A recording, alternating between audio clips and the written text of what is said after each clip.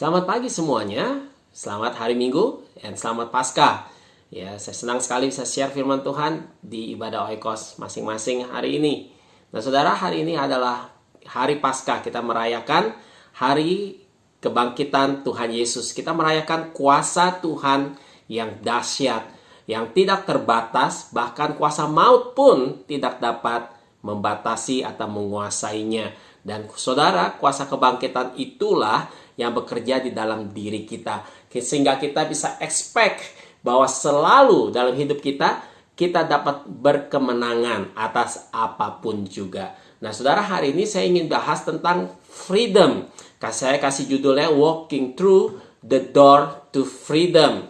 Nah, saudara, ini yang Tuhan Yesus inginkan kita alami lewat dirinya.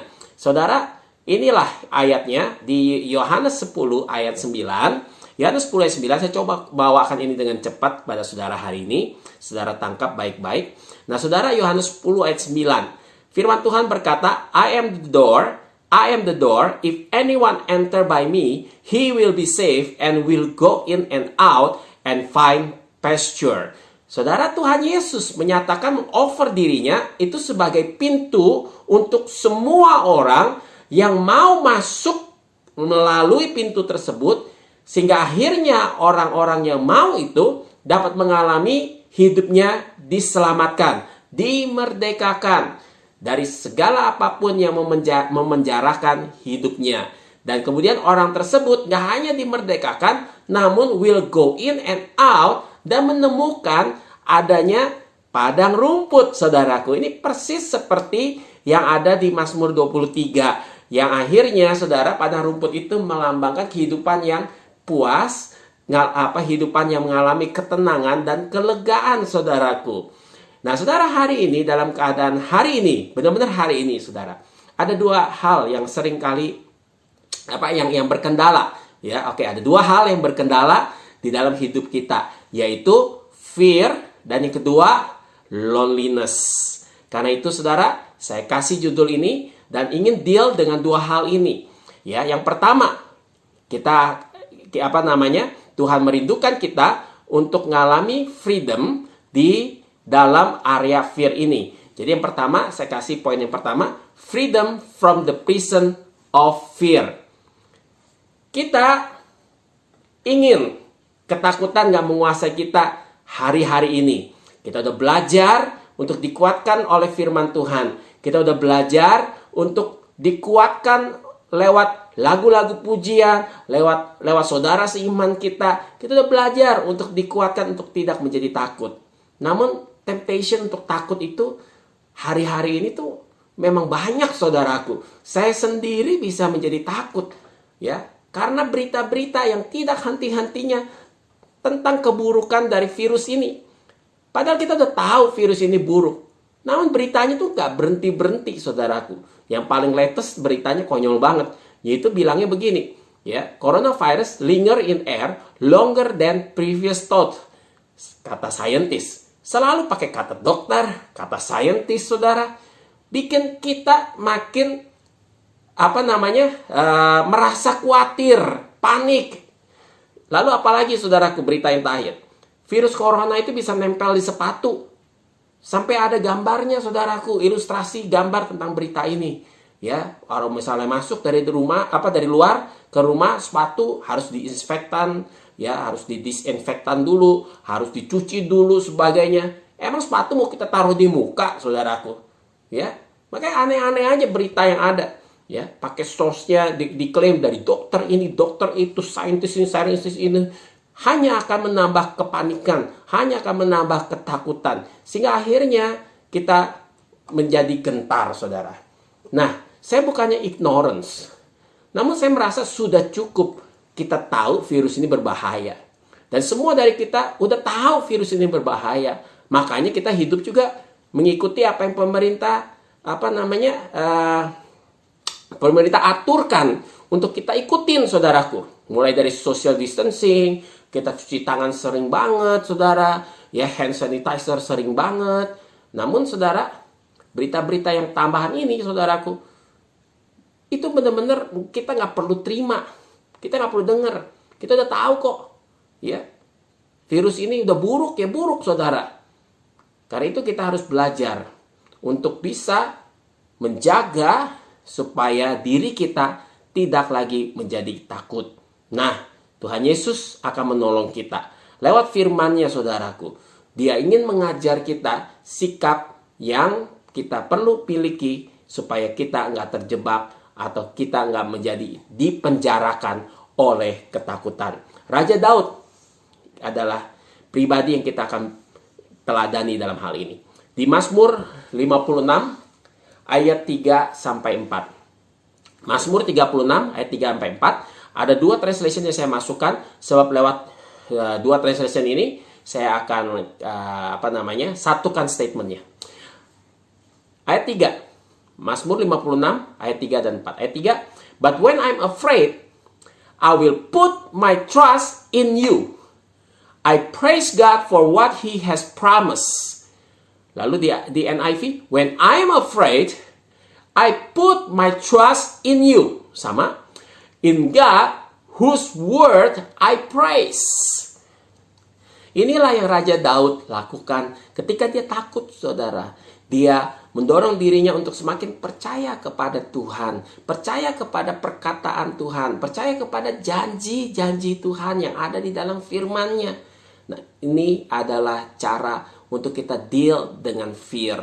Ya, sehingga akhirnya fear tidak memenjarakan kita dan akhirnya kuasa Tuhan memerdekakan kita. Nah, saudara, saya Malina, ya ini sebuah kesaksian aja bagaimana kita praktekkan hal ini. Nah, saudara, saya Malina, hari ini kan kita masih kerja, masih buka, kita punya coffee shop, ya. Namun kita buka dengan kerinduan di hati, yaitu ingin share kepada people yang Tuhan bawa datang, encouragement. Kita mau share smile, kita mau share hopes, kita mau share normality. Akhirnya kita decide kita nggak pakai masker sama gloves, ya.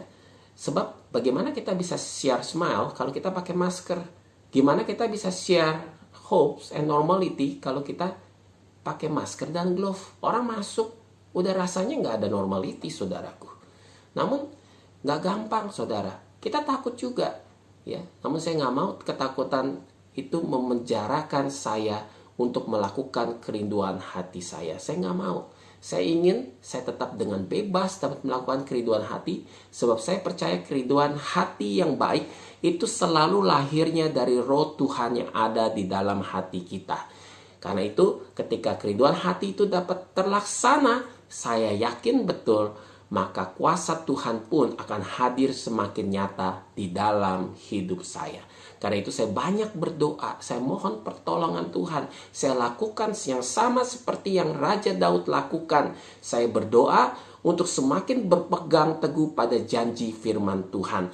Jadi saya confess janji-janji itu di dalam doa saya dengan bahasa saya sendiri, saudara. Contohnya seperti ini. Saya berdoa demikian. Setiap pagi saya berdoa sendiri, lalu saya ajak Lina berdoa lagi ketika kita masuk di mobil. Setiap hari, saudaraku, saya doa demikian. Bapa, hidupku dan hidup Lina ada di dalam tangan-Mu. Engkaulah yang berdaulat atas kami. Engkaulah yang memiliki hidup kami. Engkaulah yang memerintah, yang govern hidup kami. Hidup dan mati kami ada di tangan-Mu.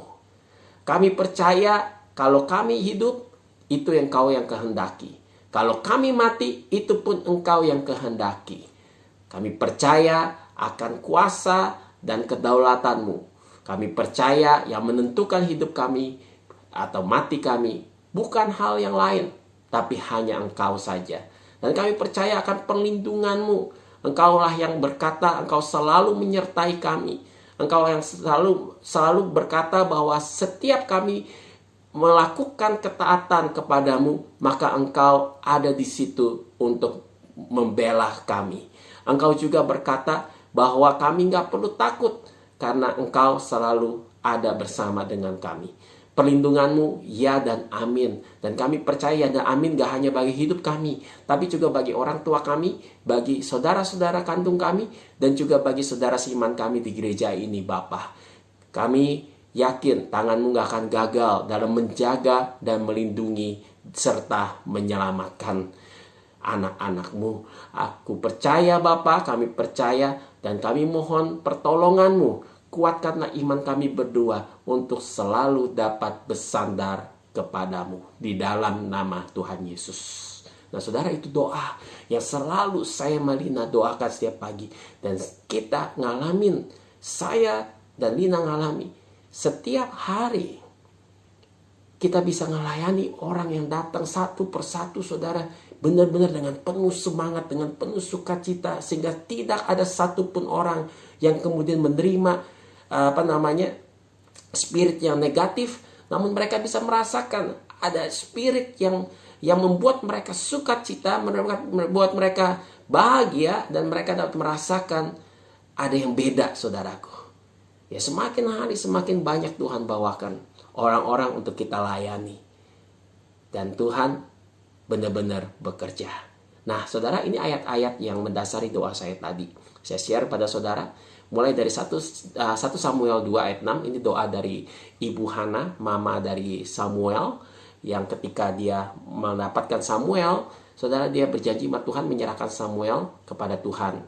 Nah, ini doanya dia setelah Samuel diserahkan ke bait Allah untuk didewasakan di bait Allah.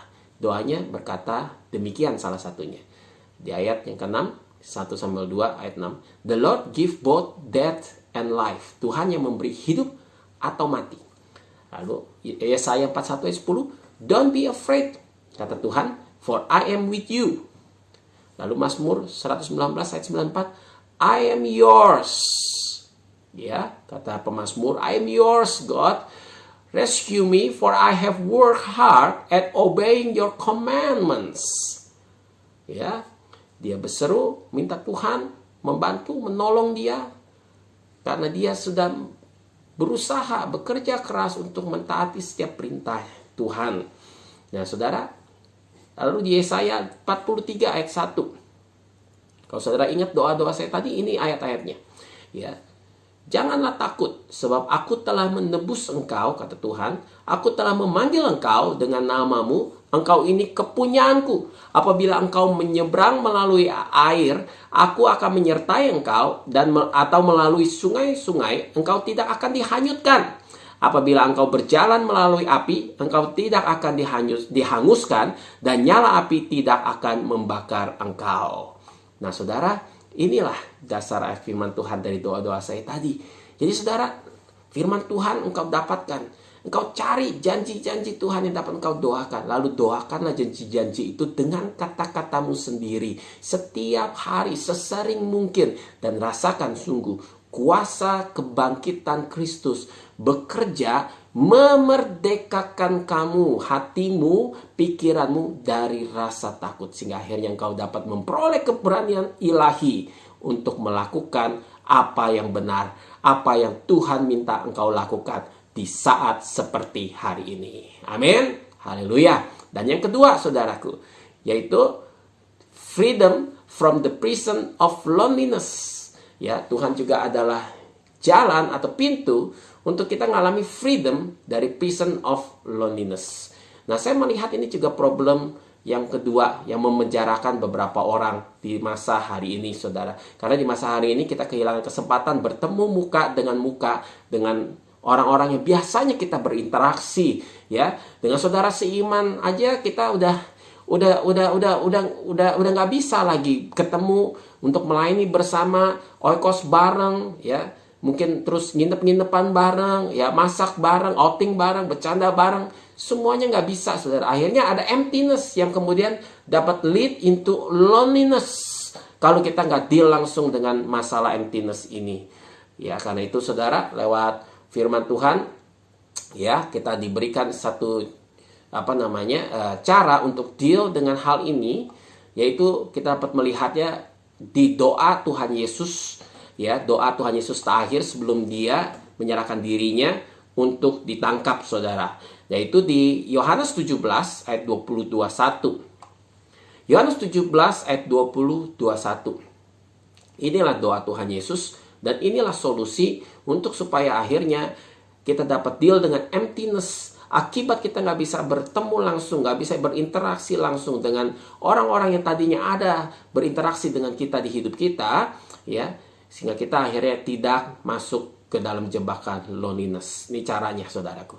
Nah, Dan bukan untuk mereka ini saja, kata Tuhan, aku berdoa. Yaitu murid-murid yang ada di sana saat itu. Jadi, dan bukan untuk mereka ini saja aku berdoa, tetapi juga untuk orang-orang yang percaya kepadaku oleh pemberitaan mereka. Yaitu kita hari ini, saudara, termasuk. Ayat 21. Supaya mereka semua menjadi satu, sama seperti engkau, ya Bapa, di dalam aku, dan aku di dalam engkau. Supaya mereka juga di dalam kita, supaya dunia percaya bahwa engkaulah yang telah mengutus aku. Nah, doa Tuhan Yesus ini nggak hanya menunjukkan kerinduan atau isi hatinya, yaitu supaya murid-muridnya, anak-anaknya itu nggak ada yang sendirian, tapi semua bisa menjadi satu, bisa saling support, saling membangun, ya, saling mendukung, ya, saling menjaga satu dengan yang lainnya. Itu bukan hanya kerinduan hati Tuhan, dia ingin seperti itu dalam doa, namun dia juga menyatakan caranya adalah, yaitu engkau harus punya keinginan untuk tetap bersatu dengan saudara seimanmu. Keinginan itu harus nyata, saudaraku, yaitu dengan menunjukkan bahwa engkau selalu memanfaatkan dengan baik setiap kesempatan untuk menyatu dengan saudara seimanmu. Ya, contoh sekarang mungkin dalam momen ini oikos bareng online. Ya, itu adalah momen di mana engkau dapat bersatu dengan saudara seimanmu. Gunakanlah momen ini dengan baik. Ya. Jangan main-main, jangan hanya sekedar muncul lalu pasif, ya. Lalu gelapin kamera kamu, ya, sehingga akhirnya saudara seiman kamu juga nggak ngelihat kamu lagi ngapain sebagainya. Namun siapkan dirimu sehingga akhirnya ketika oikos bareng kamu bisa show your appearance, share your smile, lalu kemudian gunakan momen oikos bareng. Saya encourage banget untuk setiap member bisa punya kesempatan untuk berdoa untuk member lainnya, ya. Jadi ganti-gantian berdoa, saudara. Nah, gunakanlah momen oikos bareng ini untuk bersatu dengan yang lain. Tuhan pasti bekerja di situ, karena itu kerinduan hatinya. Nah, lalu yang selanjutnya, ya mungkin bisa difasilitasikan, saudaraku. Nah, mungkin Aryan ada ide nih, nggak tahu ya bisa berjalan atau enggak. Ya, jadi ada kesempatan lain untuk bisa connect atau bisa nyatu dengan saudara seiman lain di luar waktu oikos, saudaraku. Nah, idenya Aryan, saya ingin introduce hari ini di lewat video yang saya minta dia bikin. Silakan kita mendengarkan. Apakah kamu kesepian? Yang biasanya bisa makan bareng teman,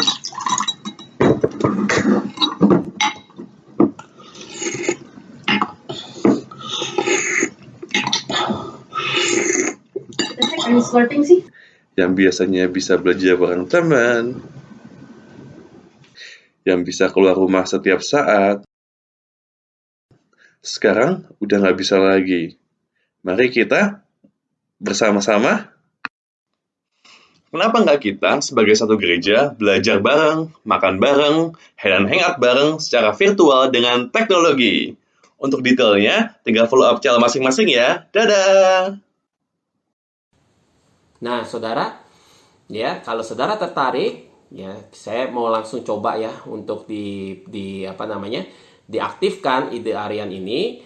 Ya, kita bisa coba sama-sama, dan saudara tertarik, saudara bisa join, dan saya rasa ini akan berguna sekali. Namun kita coba saja, tidak ada salahnya mencoba. Linknya nanti akan dibagikan lewat setiap CL tolong forward ke anak-anak oikos masing-masing. Nah, saudara, saat kita mau nyatu dengan saudara seiman kita, itu adalah isi hati Tuhan, kuasa Tuhan bekerja, dan di mana kuasa Tuhan hadir, roh Tuhan hadir, di situ pasti terjadi freedom, saudaraku. Dan itu yang akan membuat hidup kita selama krisis ini akan tetap seperti normal, saudaraku. Kita akan tetap merasakan adanya kebahagiaan. Kita akan tetap merasakan adanya pimpinan dan berkat serta kemurahan Tuhan. 2 Korintus 3 ayat 17 bilang demikian. Now the Lord is the Spirit, and where the Spirit of the Lord is, there is freedom.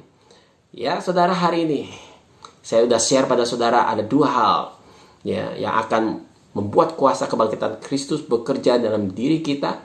Yang pertama, banyaklah berdoa dengan model doa seperti yang Daud lakukan, yaitu confess iman kepada janji-janji penyertaan Tuhan. Itu yang pertama. Yang kedua, reach out untuk connect dengan saudara seimanmu dengan sungguh-sungguh. Lebih lagi saudara, hadirkan Tuhan Yesus di dalam momen engkau bersama dengan saudara seimanmu. Gunakan momen itu dengan baik, maka kau akan merasakan kuasa Tuhan hadir dan hidupmu akan merasakan adanya damai dan kebahagiaan yang tidak pernah kau bayangkan dapat hadir hari ini di saat ini. Tuhan Yesus memberkati.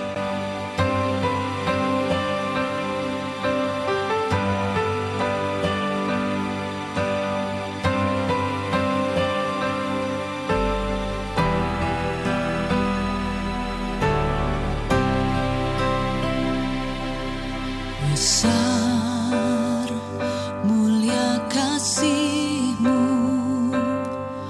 Kau korbankan hidup-Mu, curahkan darah-Mu sebagai ganti dosaku.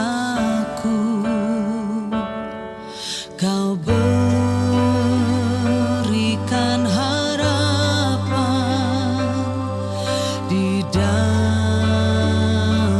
kesesakan. Agunglah perbuatan-Mu, Yesus